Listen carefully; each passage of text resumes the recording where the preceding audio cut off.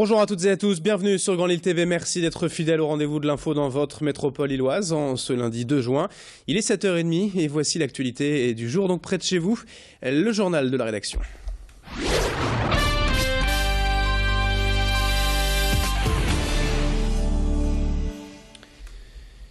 Et l'information principale de cette édition ce matin, c'est bien évidemment l'arrestation vendredi à Marseille d'un Roubaisien de 29 ans, suspecté d'être le responsable de la tuerie du musée juif de Bruxelles la semaine dernière. Mehdi Nemouche, âgé de 29 ans, est donc originaire de la région lilloise. Il est né à Roubaix, a grandi à Tourcoing. C'est un multirécidiviste déjà condamné à 7 reprises, notamment pour des braquages, des faits de vol à main armée. Et lors de ses derniers passages en prison, il s'est, semble-t-il, radicalisé et proche de l'islam intégriste. Il avait même rejoint la Syrie en 2013 pour suivre un entraînement djihadiste. Vendredi, il a donc été arrêté par la douane à Marseille alors qu'il se trouvait dans un autocar en provenance de Bruxelles et en possession d'armes de guerre. Mehdi Nemouche est toujours en garde à vue aujourd'hui pour assassinat en lien avec une entreprise terroriste. Sa garde à vue devrait être prolongée d'ailleurs dans les prochains jours avant une probable extradition vers la Belgique. Autre information à la une ce matin, si vous avez encore chez vous des tickets et Transpol, des tickets en papier, il est grand temps de vous en séparer car avec la nouvelle carte Passe-Passe, ces vieux tickets papier n'auront bientôt plus cours. À partir du 16 juin exactement, Transpol va même progressivement retirer bientôt les composteurs des stations métro et tramway, mais il est possible encore d'aller échanger ces tickets papier contre leur équivalent en carte Passe-Passe. Rendez-vous pour cela dans les agences mobilité et les espaces cartes. L'actualité sociale à présent à la une avec le conflit qui dure chez Heineken entre un salarié, David Parisi, et la direction de la société. Ce cariste de 41 ans est en grève de la faim depuis maintenant presque 2 semaines car il n'a pas fait partie de la récente vague d'embauche au sein de l'usine de Marc-en-Barœul. Intérimaire depuis près de 7 ans chez Heineken, il espérait enfin un CDI. Mais l'entreprise assure qu'il ne correspondait pas au profil des postes recherchés. Une injustice pour lui qui a donc entamé cette grève de la faim. En réponse, la société vient tout de même de lui proposer 2 postes en CDI, mais l'un en agence d'intérim et l'autre entraînant une sérieuse baisse de salaire, ont tous deux été refusés par l'intéressé. Le conflit se poursuit donc depuis maintenant 2 semaines et pour en savoir plus, nous avons joint par téléphone les 2 parties, le salarié David Parisi et la responsable des ressources humaines de l'entreprise. J'ai toujours eu des salaires bien plus hauts pour même en intérim, et en sachant que voilà, c'est la réparation, je la demande, c'est à Heineken, donc je comprends pas qu'ils me proposent des CDI. D'ailleurs, je sais même pas comment ils font pour un CDI dans une entreprise qui n'a rien à voir avec Heineken. Là, j'avais un 13e mois, j'avais quand même tout, et puis partout où j'ai travaillé, j'avais toujours eu un 13e mois, ainsi que des déplacements et tout ça.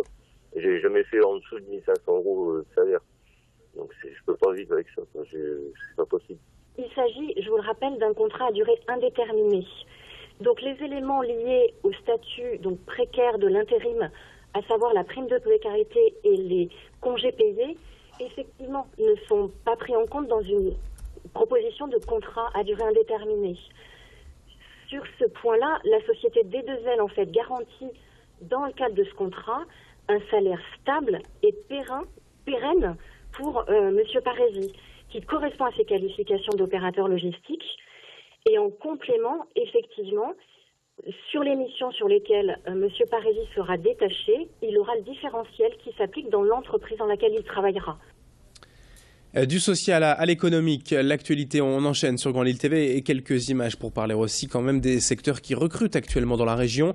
À Marc-en-Barœul, l'AFPI propose des formations industrielles, notamment en chaudronnerie. Et malgré la mauvaise image du métier, tous ceux qui suivent aujourd'hui cette formation sont quasiment assurés de trouver un emploi. En 20 ans, le travail de chaudronnier a beaucoup évolué et fini le métier sale et pénible auquel on pense. Désormais, les employés sont assistés par des machines et travaillent pour l'ingénierie dans des secteurs de pointe, comme par exemple l'aviation. La formation accueille des apprentis dès 15 ans, mais aussi des salariés en formation continue jusqu'à 60 ans. Images et propos recueillis par Macha Grunessen. De la chaudronnerie, c'est de partir d'une tôle, ce qu'on appelle les métaux en feuilles, et de mettre en forme cette tôle, donc soit à la main, soit à la machine, sans limite de contrainte, sauf, on va dire, le poids, la taille, le prix.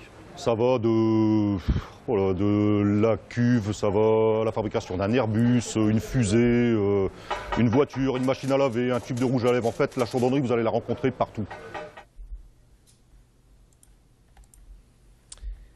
L'opération Floralie est désormais terminée, vous le savez, ces 2 grandes installations florales sur la Grand Place de Lille et à la gare Saint-Sauveur. Près de 3500 foyers lillois ont participé en faisant pousser chez eux des cagettes de bégonias, verveine ou autres plantes. Et après le partage sur la place publique, les participants ont pu venir récupérer chacun leur cagette vendredi au Grand Sud. Pour une première, l'opération a été un beau succès et tout le monde s'est dit ravi de participer à cette nouvelle édition des Floralies. Les fleurs vont maintenant retourner dans les jardins ou balcons des habitants. Et Tanguy-Lécluse en a rencontré quelques-uns de ces Lillois et notamment cette médiatrice responsable de l'opération.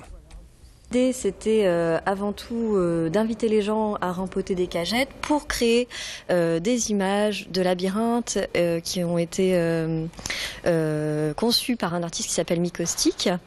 Donc les gens ont rempoté leurs cagettes, ils ont fait pousser les fleurs et ensuite ils nous les ont rapportées pour créer les installations artistiques. Les fleurs appartiennent toujours aux gens, c'est eux qui s'en sont occupés, donc on leur rend, ils viennent les chercher, ils nous donnent leur petit numéro et on leur donne leurs cagettes en échange.